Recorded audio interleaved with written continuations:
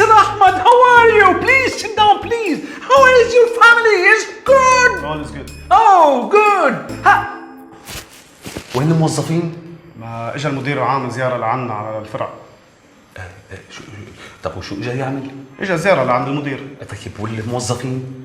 ما انت بتعرف انه توفت عمته من فتره فحبوا ياخذوا بالخاطر. مين مات؟ عمته للمدير العام توفت من فتره. عمته للمدير العام مات؟ اي والله مات.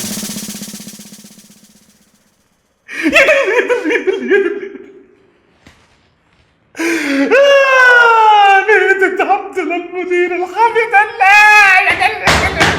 ليش هي بتعرفك استاذ مسعود؟ طيب بتعرفها؟ لا ليه عم تندب حظك؟ عم بدو بحظي انكم كنتوا رح تفوتوا علي الفرصه اني اخذ بالخاطر؟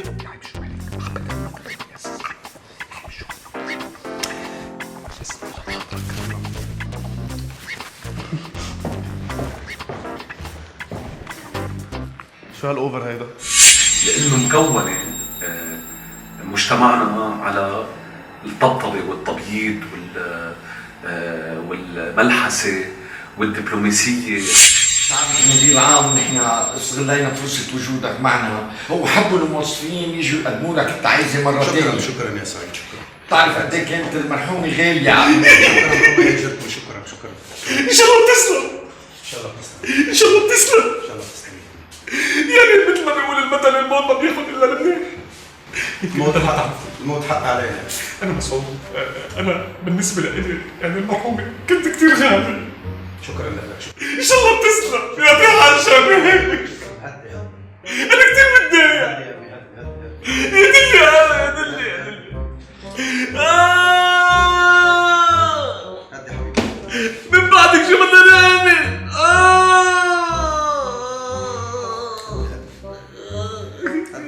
الموت حق علينا. بيقولوا في ناس بتبكي وفي ناس بتبكي. هيئتوا الناس اللي بتبكي أكثر كثير من الناس اللي بتبكي، كل أسف. ما بصدق.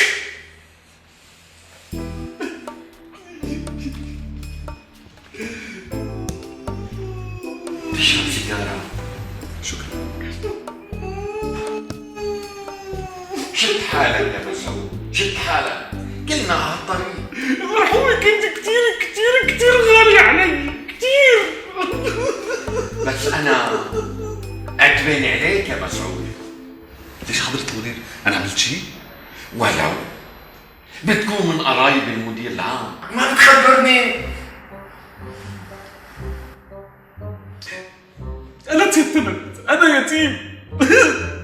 الله يرحمك يا حجي. بكل الأحوال أنا كثير مبسوط منك، لأنك ولا مرة استعملت وسطك لتطلع درجة بشغلك. طلعت السلم درجة. أنا فخور فيك. يعني بصراحة أشياتك بحطها فوق راسي وبعتز فيها. وأنا كتبت تقرير من يومين للمدير العام بخصوصك. إيه وقت اللي كنت بدك تطردني ما هيك؟ يطردك؟ حسي ملافظة. أنا بدي أطردك؟ أنا بحبك وبحترمك وبقدر تفانيك بالعمل. أنا قدمت له التقرير للمدير العام مشان يعطيك ترقية بالعمل. ترقية؟ ايه هلا اتذكرت. وقت بالعلامة كنت هون انا قاعد وانت تقول لي قوم اقعد وقف، وانا اقول لك لا بتحداك، وانا بدي اشحط حالي، وانت تقول لي لا يا مسعود ما يصحش كده، الشركة من دونك ما تسواش مليم. الله العظيم مزبوط. هلا اتذكرت. منيح اللي تذكرت. ايه وهيدا التقرير قدامي، ها رح هلا امضيه وفوته للمدير العام. ايه يلا. يا عن شبابك، يا عن شبابك يا مان.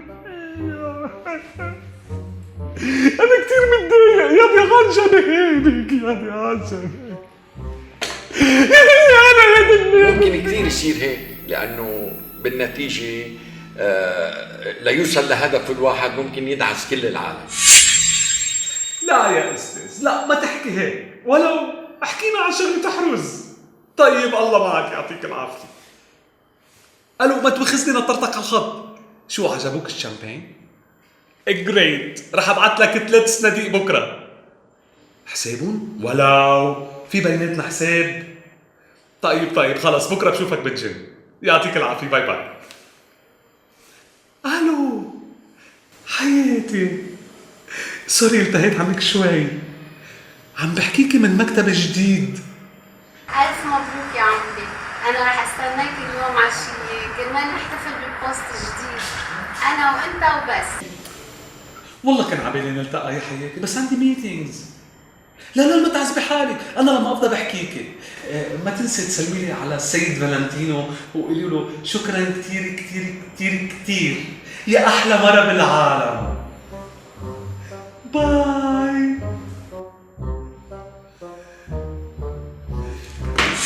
طبعا الجشع المادي انها تنتقل للحالة الثانية وبسهولة. كمان هي علاقتها مع الخدامة بنشوفها انه مرة متسلطة، يعني بتحب المظاهر الاجتماعية. ايه ولا هو انت بتأمر. ايه هي هون بدك تحكيها؟ بده يحكيكي. لا ما بدي قلت لهم يا ماما شو دمه تقيل، ما بدي ولا حكي وبالغير. الله ولا هو. ما بدي. في شو؟ والله بدك مسألة كنت الثاني.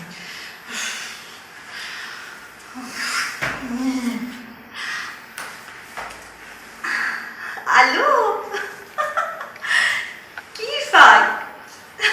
وانا مو معقول ما بتتخيل شو مشتقت لك. يا الله يا الله ما معقول شو دمك خفيف. عن جد؟ ايه تكلم عينك، خلص اليوم الساعة 9 بكون عندك. ايه بس ما قلت لي شو صار مشان مسعود؟ اوكي تمام خلص اكيد يعني خبره. اوكي يلا.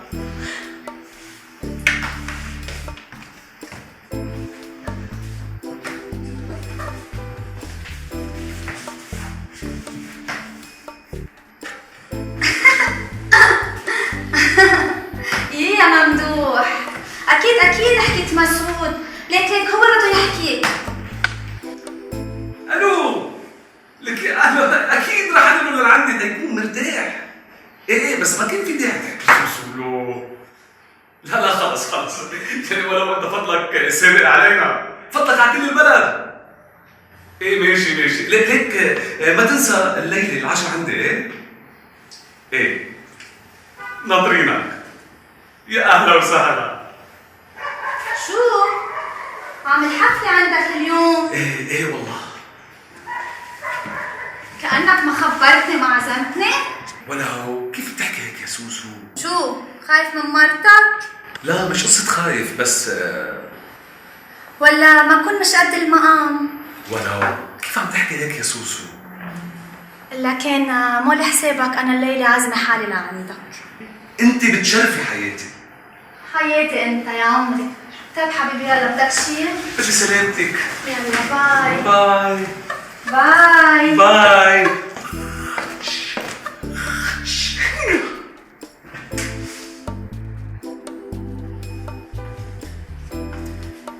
الو يعطيك العافية سيد جاك. ايه قول له مسعود بدي يحكي معك. شكرا.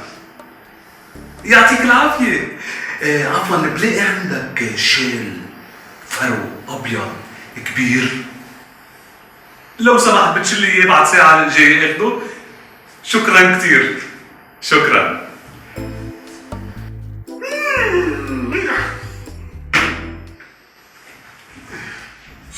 عندها كل هدول يعني الصفات يلي انوجدت عن زوجها لما اخذ حبة النفاق وحبة يعني الكذب، يعني بمعنى انه هي عندها قابلية كثير تتفاعل معه بهي الصفات. ف يعني هي ما بيهمها يعني انه المهم توصل لو شو ما كان الثمن. نشوف بمشهد من المشاهد انه هي عم تحكي عنا انه شرشوحه وبتتذكرها بايام الفقر، كثير بتذكرنا هي الحاله بطبقه النوفريش، يعني اللي بيكرهوا كل شيء له علاقه بالماضي لانه بذكرهم بفقرهم، لانه هن ما لهم متصالحين اصلا مع حالهم. ناس بيخجلوا من ماضيهم، بيخجلوا من بيئتهم. فهي من هذا النوع. فنحن بنشوف انه بلحظه كانت عم تحكي عنا شرشوحه بعدين صارت تقول عنا انها هي ما في منها وبنت اصول، لانه بس تذكرتها بهديه شيء مادي يعني.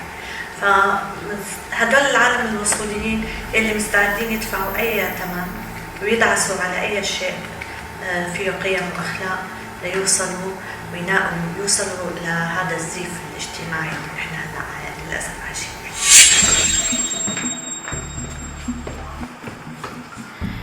جيت؟ شو رأيك في واو متعقد. وانا كيف طالعه؟ بتجنني. فيفي كل شيء جاهز؟ كل شيء جاهز. بدي اقول لك شغله. انا بيني امالي على الحفله.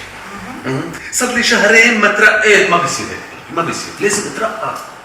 ان شاء الله ان شاء الله. احذري مين جاي اليوم؟ مين؟ سوسو. شو جاب هاي الشرشوحه لهون؟ شو بدها تذكرنا بايام الفقر؟ فقر حبيبتي، هيدي بتلعب بالمصاري لعب.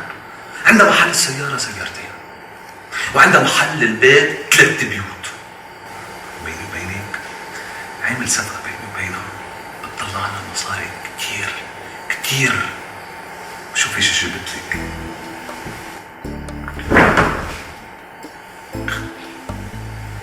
هيدا يا حبيبتي يا سوسو ما ضاعت العشرة فيها. يعني مش زعلانة منها؟ لا شو زعلانة؟ طايرة من الفرح. ولاد الأصول بحياتهم ما بيتغيروا. بس أنا هلا ما حلبسها بالحفلة، رح خبيها لشيء أتقل.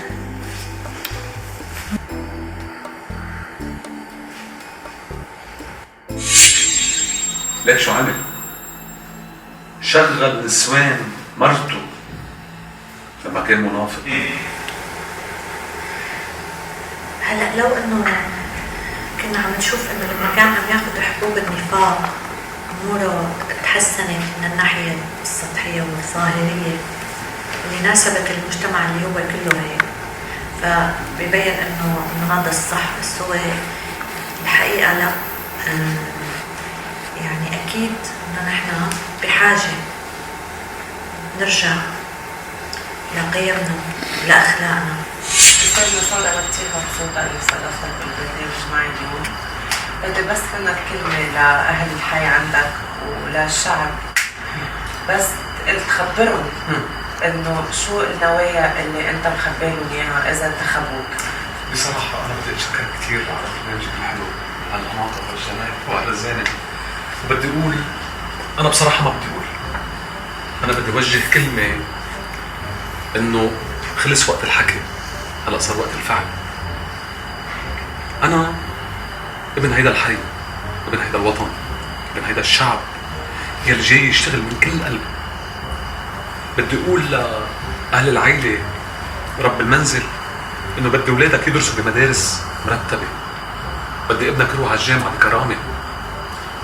أنا بدي أقول للفقير إجا الوقت إنك تملك بيت، تملك سيارة، إجا الوقت إنك تسافر وتعيش حياة رفاهية. بدي أقول كمان إجا الوقت تنبني مستشفيات وما الفقير يموت على باب المستشفى. إيه، إجا الوقت تنعمل تدوير للزبالة يلي موجودة حوالين البيت. إجا الوقت إن نكون كلنا عايشين بكرامة بهيدا البلد يلي نحن بنحبه. إيه، إجا الوقت. أنا ما بدي تقولوا لي بنروح بالدم نبديك يا مسعود، لا، أنا بدي إجي أفعل لشعبي. أنتو حارتي اللي بحبكن كتير. أنا حتى لو انتخبتوني رح ضلني حارب، رح ضلني شو بدي أقلك يعني. بصراحة أنا كتير مأثر، أنا كتير مأثر لأنه ما بعرف، أنا ابن هيدا الحي يعني. بضعف لما أتوجه لهم برسالة لأنه هن بيعرفوني كتير منيح. حلو كتير. إذا انتخبتوني بكون ممنونكن لأنه بحبكم. خلص بليز كات بعد فيه. وقل لي من تعاشر أقول لك من أنت. يعني فلذلك أنت راضي انت راضي بالشيء اللي صار؟ في حبيبي مرته يعني انا بنظر له لمسعود من هشام يعني انه هو اللي قبلاني. ليه عم تتشكريني؟ عم تتشكريني على قنينة برفان جبت لك اياها؟ لك قنينة البرفان هي اللي لازم تشكرني، لانه اعطيتها الفرصة تنحط على احلى جسم، على اجمل خد، على ارق ايدين، على احلى رقبة. يا مسعود خلص بقى. شو خلص بقى مدام فالنتينو؟ شو خلص بقى؟ انا ما بحب البنات الصغار، انا بحب المرأة الناضجة اللي مثلك. معقول هيدا الكلام اللي انا؟ لك ايه لإلك انت، ليش في احلى منك بالسهرة هون؟ طيب ومرتك فيفي؟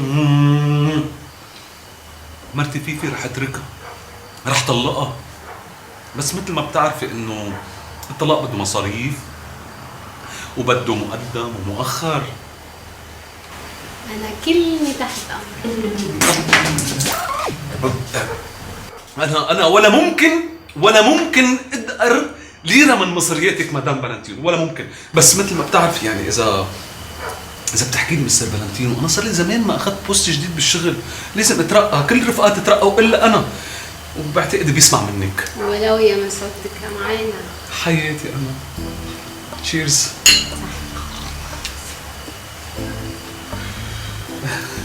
تشيرز. كمان اللي صار بالضبط صار الفضايح، لانه اذا كل العالم كانت سابقه باحاسيسها كارثه، يعني لذلك موجوده الدبلوماسيه. بلغوها إذا أتيتم حماها أنني مت بالغرام فداها، واذكروني لها بكل جميل، واذكروني لها بكل جميل، فعساها تحن علي عساها، واصحبوها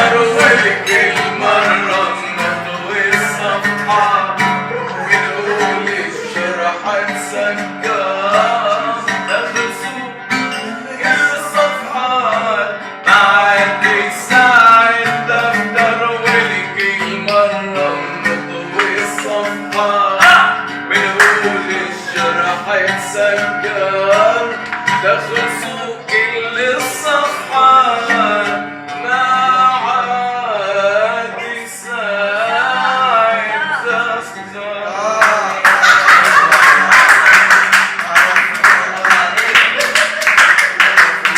يا سوسو اهلا وسهلا فيك يا احلى سوسو.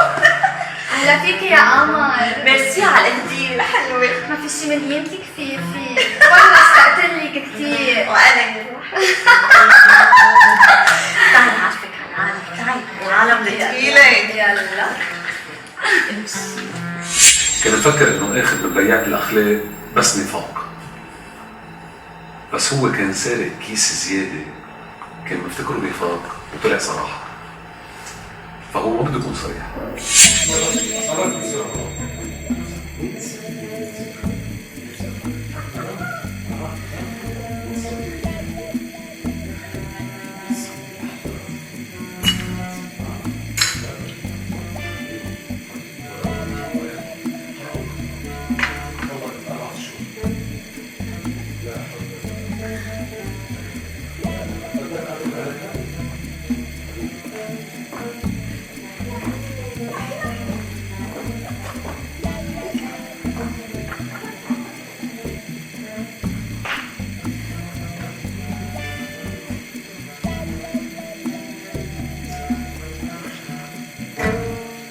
يا حلو يا مسلي اللي بنار الأجر كاويني. يا حلو يا مسلي اللي بنار الأجر كاويني. أيوة يلا الموتى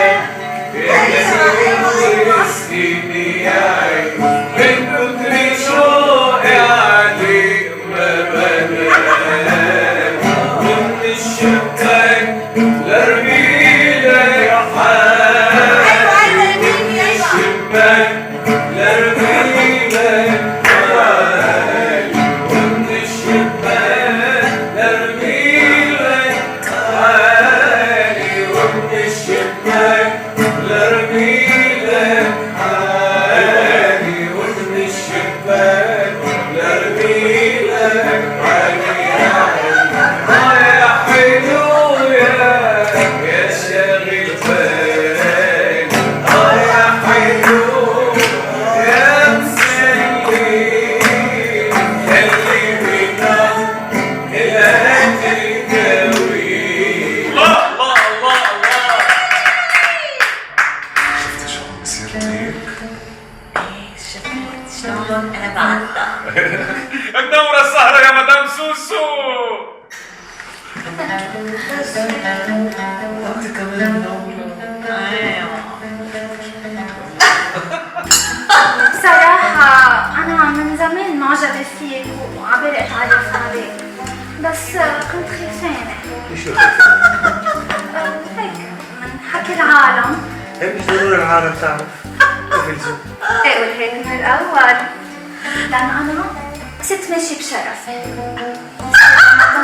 يا ريت بلا مستر، اريد رمضان بس. في شخصيات بالحياة ما بحب يكونوا بحياتي أصلا، بس إذا موجودين فليكن موجودين. في المصلحة، في الانتهاز، في الوصول، في اللي بدك لي. فأنا ما بشرع هذا الشيء لأنه موجود. بدي اياك حدي لاني رح اعمل مشاريع كثير كبيره واستثمارات ضخمه بالبلد. بدي اياك تكون حدي وتصدق تماما الغايه ما رح تكون عنا الربح، رح تكون عنا غايه اساسيه خدمه الشعب وخدمه الوطن. صح. أنت واحد رأس مالي جشع بخدمة الوطن. اكيد عم يمزح. أنت واحد رأس مالي بدك تفوت البلد بمليون مصيبه. انت واحد مصيبه، انت مش مصيبه، انت مليون مصيبه. لا بس انه مش معقول انت واحد يعني واحد نصاب. انت واحد محترم شو بدك تجري احترام مني ولا من سيد رمضان ولا من ست سوسو؟ نعم شبه ست سوسو حبيبي، انا ست ماشي بشرفي. ماشي بشرفي؟ شو وانت كمان شريفي مظبوط، وانت رمضان شريف، وانا شو؟ انا اشرف، كليتنا شرفه كليتنا شرفه، اما زيدنا شرفيه يلا اطلع برا. خلص اطلع. سعود الزم حدك. لا يا نسيت اني انا المدير العام. تتوجع يا سعود.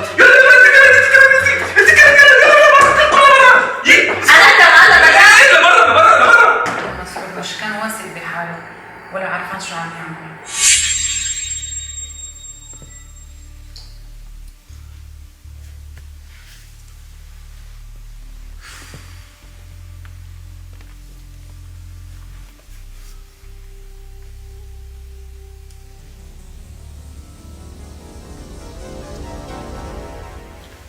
انت جيتي؟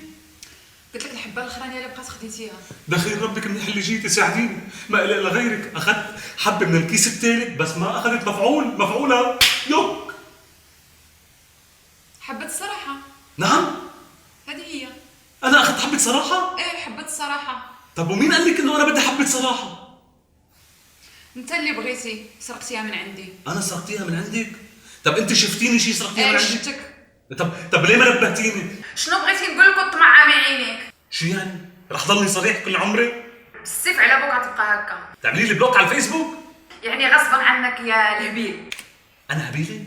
لك قولي لي انت بروح مفعوله. والله علمك. شو علمك؟ بحبس حالي بين اربع حيطان بس ليروح مفعوله. ما بقاش ينفع لا اخر شي غيولي ينفعو ديالها خدام. ليك شو خدام بعمل غسيل معدي بس تروح. ما بقى ينفع لا حقيتوش سحت في الدم. لك انت ليه مسكرتيها بوجهي؟ ليه مسكرتيها بوجهي ليه؟ انا سديتها بوجهك يا الشفار يا السراق يا قليل الادب. ما حشمتيش. ليك جيت ما تحتحتيش قلتي لي انا سراق يا نجامه يا فكيك. لك انت تريا بتضوي بالطفي بالضوي بالطفي بالسيف عندي سراق يا نجامه يا فقاعه يا فشيخ ما شفتكيش صار سنين. لك انا بالسيف لك وينك يا سنف السناق. فهيدا يعني الجود دائما الخير بالحياه هو الحلق الاضعف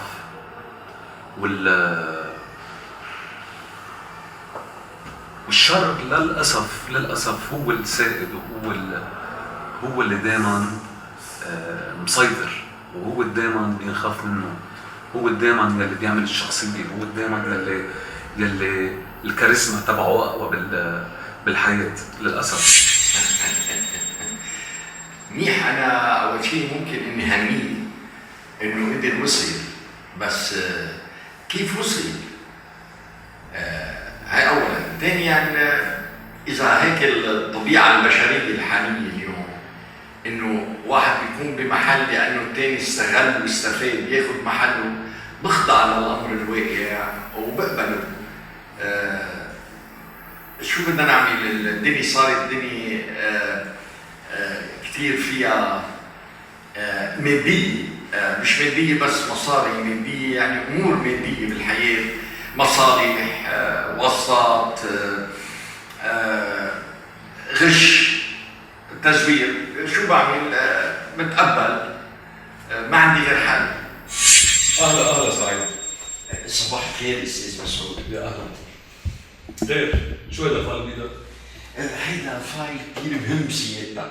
هيدا وفر على الشركه مصاري كثير. مصاري؟ هو انت شوف كيف؟ من 18 سنه دفعنا للمهندس اللي بنى الشركه 76,680 دولار وسلمنا المبنى. اكتشفت بعدين انا انه في برخي بأوضتي ناقص. قمت بعت له فاكس وخبرته القصه. رد علي وقال لي هو مش مسؤول لانه سلمنا المبنى حسب المواصفات الموضوعه بيناتنا. ما روح علي شوي استاذ، بس انا ما سكتت، الفت لجنه تدرس الوصولات القديمه. عملت لجنه؟ ايه عملت لجنه. وشو عملت اللجنه؟ عملت لجنه سنويه اللجنة عملت لجنة؟ طبعا. طيب وشو عملت اللجنة السنوية؟ كرمال يشوفوا إذا في بالحيط فتحة كرمال البرغي الناقص. ولقوا الفتحة؟ بالحقيقة أستاذ اختلفوا أعضاء اللجنة مع بعضهم، ناس قالوا هيدي فتحة للبرغي وناس قالوا هيدا تحتك بالحيط. طب اللجنة السنوية شو عملت؟ عملت لجنة تانية كمان؟ ايه، وهي اللجنة الجديدة اكتشفت انه الفتحة بالحيط هي سببها حجرة واقعة من ورا بسينة كانت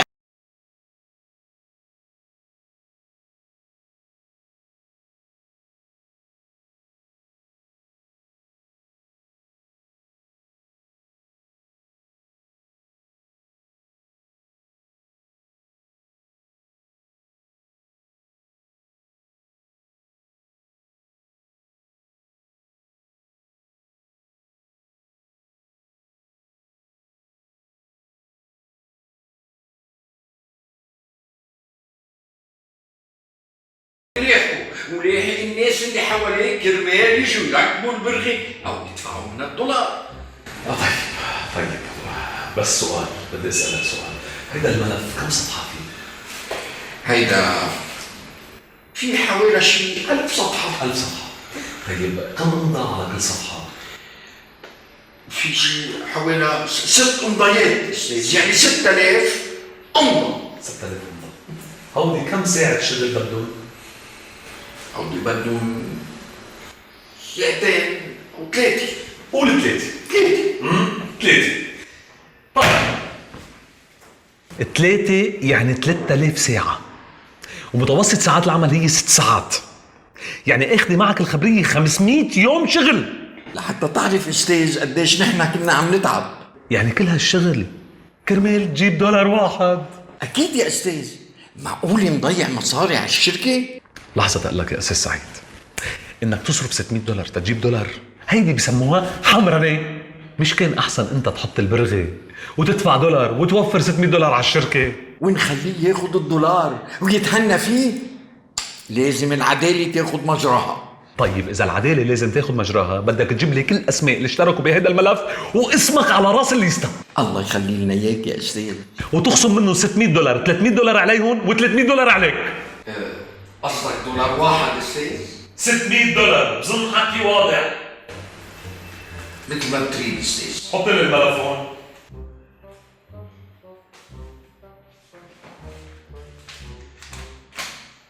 $64,780. قد ايه طلع لك من هالملف؟ طلع لي شو استاذ؟ قد ايه؟ ما بسمح لك استاذ تحكي معي هيك. أنا صار لي 25 سنة بهالشركة. 25 سنة بهالشركة، نصب احتيال، 25 سنة سرقة، طلع.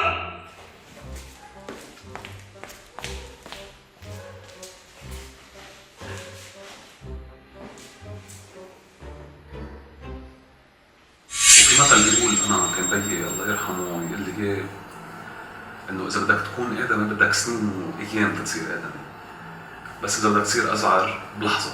يعني تصوروا قديش قد ايه الفرق بين انك تبني تصير ادمي، بدك وقت تصيتك يعرفوا عنك تصير ادمي، بس الازعر. الو مدام فالنتينو، فيني احكي معها؟ قولي لي مسعود لو سمحتي. يا حبيبي انت وين كنت يا مسعود؟ انا فكرتك سافرت. من وين عم تحكينا انت؟ من المكتب القديم. تصور انه المدير العام ردنا على المكتب القديم كله لانه قلت رايي فيه بصراحه. ما يهمك يا عمري، بكره برجعك على محل احسن من المحل اللي كنت فيه، بس لازم نلتقى سوا، بركي بشوفك اليوم. ليه بدك تشوفيني؟ ما قلت لك شو صار؟ نعم؟ اشتقتي لي؟ يا عيب شو عليك تستحي على حالك؟ شو عم بتقولي يا مامي؟ ليش انت شايفه حالك؟ شايفه حالك على المرايه يا كركمي يا ختيانه؟ يا هربانه بكتاب التاريخ؟ وهذا الشيء بذكرني بالجيش لما كنت بالإجبارية. أنا كعسكري كنت حتى لو كنت عم بعمل منيح كل الدورة العسكرية، كل الدورة، يمكن ما يشوفوه. إذا غلطت على الحبس. ممكن. بهالعالم صار كل شيء ممكن، لأنه عالم صار عالم مادي، عالم مصالح، عالم مواصلات.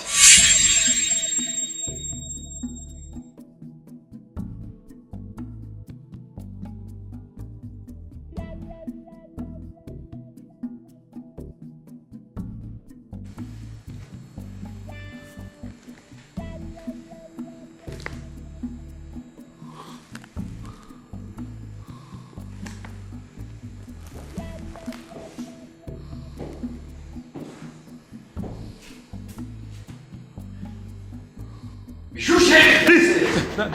نعم. بشو شارد؟ لا أنا ماني شارد ولا شيء. شارد ونص. أول مرة بيت اللي قدامك شو؟ أنا بصراحة كان هيك شوي تعبان. تعبان؟ تفضل.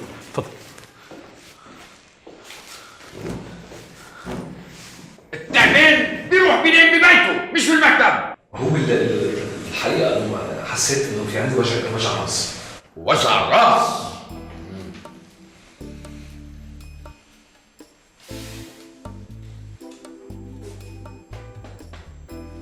12882 دولار. أو شو هو؟ هودي كرمال المناقصة الجديدة. وشو طلع لك فيها هالمناقصة الجديدة؟ شو قصدك شو طلع لي فيها؟ يعني لتمشي هالمناقصة قد ايه طلع لك؟ عم تشكك فيي؟ أنا صار لي 15 سنة عم بخدم حضرتك. صار لك 15 سنة بتغشني وبتخدعني. 15 سنة عم تكذب علي.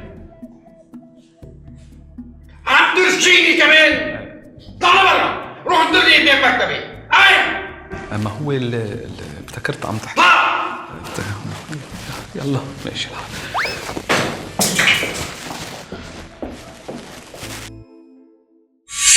القوي اختار انه يكون قوي، والضعيف هو اختار يكون ضعيف.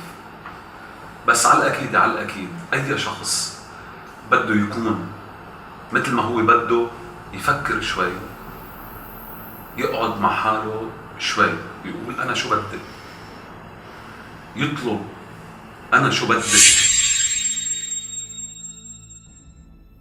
اوف هالشي كان واقع معك. الله يكون معك. ما تتركيني، ساعدني. حتى حبوبي الصراحة راح مقفول.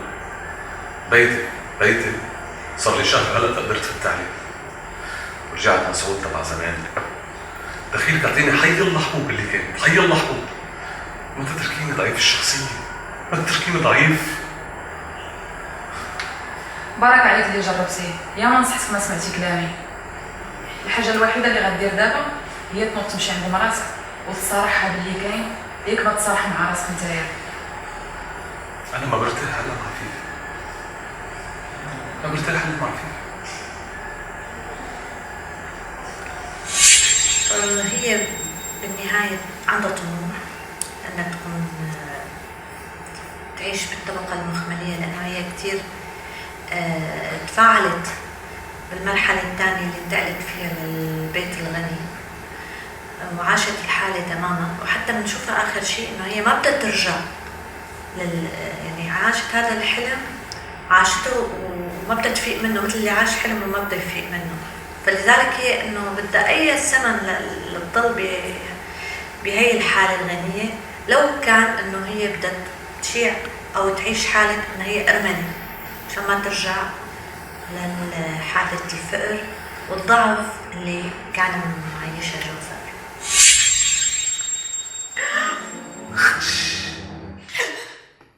شو سبك انت؟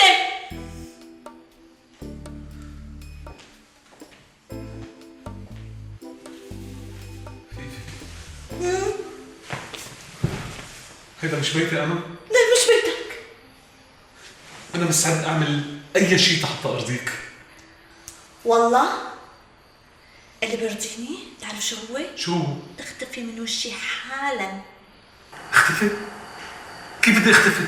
انا اضطريت اقول للعالم انك متت، يعني انا هلا ارمله. ما كان لازم تسأليني قبل ما تترملي؟ والله هذا اللي صار. شو بدك يعني اطلع قدام العالم كذابه؟ ما بصير. لا ما بيصير. يلا تفضل اطلع لبرا قبل ما يجوا الناس ويلاقوك عايش. فيفي الاكل صار جاهز، انت شو جايبك لهون؟ طمني، هو وعدني انه هلا بلحظات ورح يختفي. اللي علينا ناوي تفضحنا انت؟ بدك العالم يقولوا جوزها لفيفي رجع عاش وفيفي بطلت ارمله؟ طب انا كيف متت واي متى؟ هلا وقت مسحك ومسخرتك. لا مش عم بتمسخر، عن جد عم بحكي. اذا واحد سألني كيف متت واي متى، شو بجاوب؟ متت من جمعتين بحادث سيارة. منيح؟ شفتي؟ هلا اذا حدا سألني بعرف كيف جاوبه. طيب يلا تفضل فرجينا عرض كتافك قبل ما يجي العالم. طيب حامشي بس جوعان. طيب ماشي، روح على المطبخ كل بس لبقى تلجيني وشكا.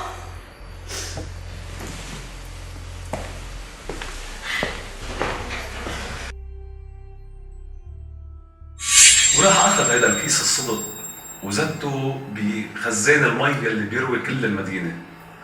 هي بمعنى مجازي انه كل العالم يشربوا هيدا الصدق تيشوف كيف بده يتعامل معهم، تيشوف انه بيتغير شيء. وهيك صار. ويلي سير شو درتي؟ والله هيدا اللي صار. اخذت حبوب الاخلاق وحطيتهم بخزانات المي، خلي كل العالم تشرب اخلاق. راه هيدي الجريمه اللي درتيها يا سيدي. جريمه ايه؟ اللي بيكون عنده هيك حبوب ومخبيهم على العالم هو اللي بيكون مرتكب جريمه. انت راك تفكر على عقلك الصغير، خرج معي نشوف شنو واقع في الزنقه. ليك مديري سعيد بالشغل لازم اعزك.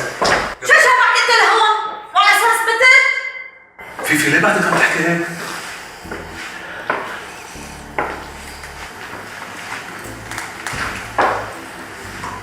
مين هيك؟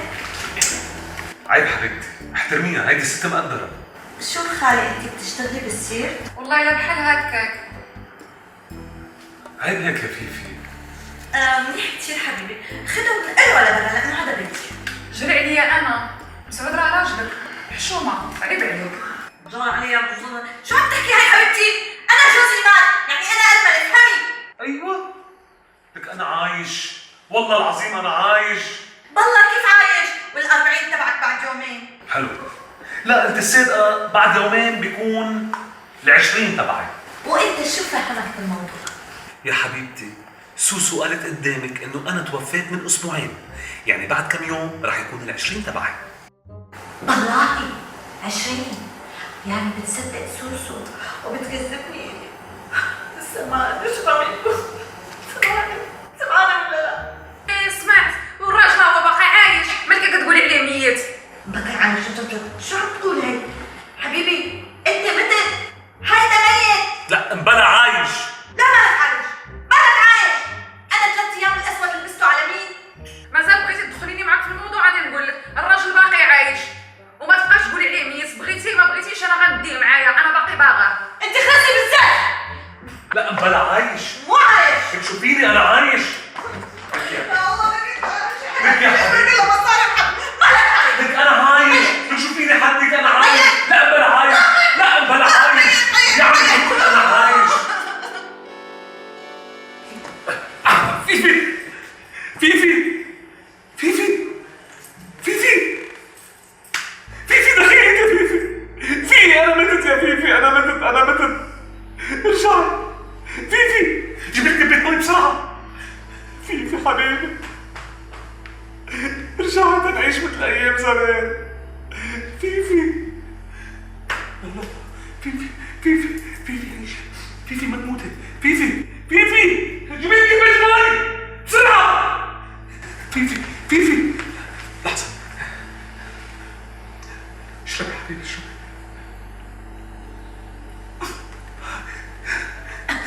يا حبيبي انا مسعود، انا متت.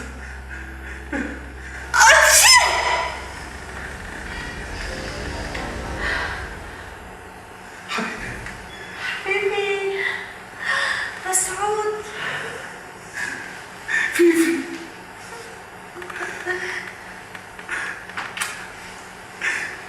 صار؟ انه الكيس اللي كبته بقلب الخزانة. مضى مشي نشوف شنو واقع برا. ومرته مش شايفة هالشي فيه، فأنا جبرته يروح يصارح مرته تتشوف.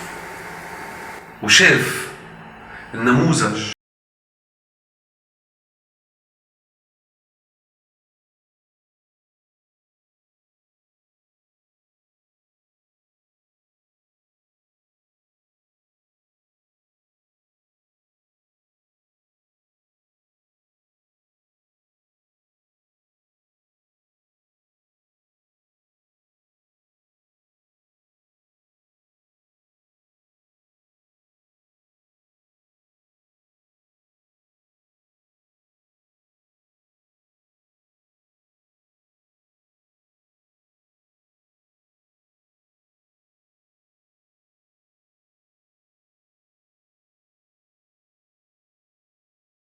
المحكمة الدستورية الأخير.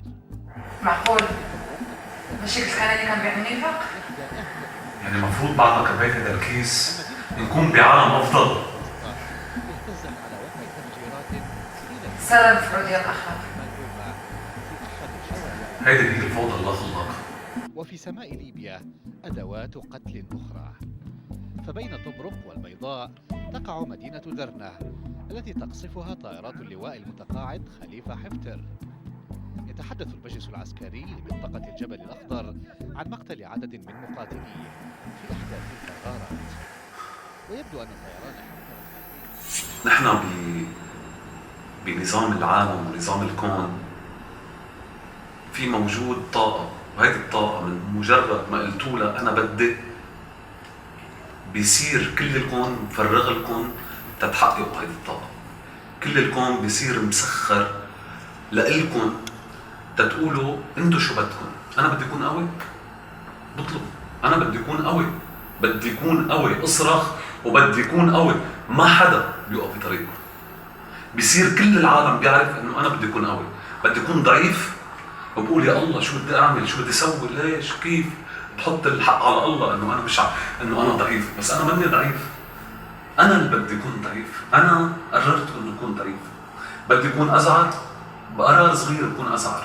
بدي أكون نافق، نصاب، محتال، أي صفة إنسانية بدي إياها، أي حتى بالإرادة. هيدي الإرادة أنت بتقرر إنه شو بدك إياه. أستاذ مسعود، هل برأيك إنه كل إنسان فينا بيحتاج لمعجزة لحتى ينتقل من واقع اجتماعي لواقع اجتماعي أفضل؟ بعدنا بنحكي بأنت شو بدك. مسعود لما صرخ وقال إنه أنا ما عاد قادر، يعني مرته بالبيت، بالشغل، بالحي، هو كان راضي باللي عم يصير فيه لحديت ما فجر قال أنا ما عاد بدي هيك. فطلب إنه بدي أتغير، فكان قدامه خيارات، وهيدي الخيارات إنه ما بين النفاق، الشجاعة، القوة، المروءة، الإخلاص، الحب، التفاني، شو من كان نوع الأخلاق اللي بده إياه. صرخ وقال بدي هيك، وصار عنده الخيارات مفتوحة قدامه. نقى أول شيء مسعود شجاعة، زلمة كان بيعاني من ضعف، فأي شخص بيعاني من ضعف يصرخ للشجاعة بدها تيجي الشجاعة. أي واحد بيعاني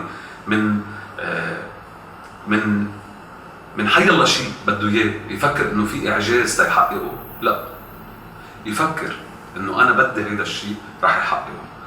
فلذلك مسعود نقى الشجاعة، بس للأسف استعملها غلط. يعني مش إنه يعني مش دين، مش يعني أنت من كان إذا الواحد بده يطلب شغلة إنه يطلبها ليستخدمها بالطريقة سيئة. لا، بدك تطلب شيء اطلبه لخيرك، لا أنت تحسن بحالك شو ناقصك وتستفيد منه وتفيد العالم. إذا بدك يعني، وهيدا صار على لسان كتير يعني على اللي عطته حبة الشجاعة يلي هي يعني إنه انه هيدي الحبه انه غيرت له اخلاقه، هي مش الحبه. هي مجرد ما الفكره انزرعت براسه انه انا اخذت حبه، هي لا حبه ولا موجوده اصلا، بس انوجدت عطت له هاجس، عطت له قوه. يعني انا هلا ما شو بدي بيت، بتعتبره انت معجزه بيت حقه $1,000,000 مليونين 3 5 خلص اوكي، هيدي حبه بيت $5 مليون اخذتها.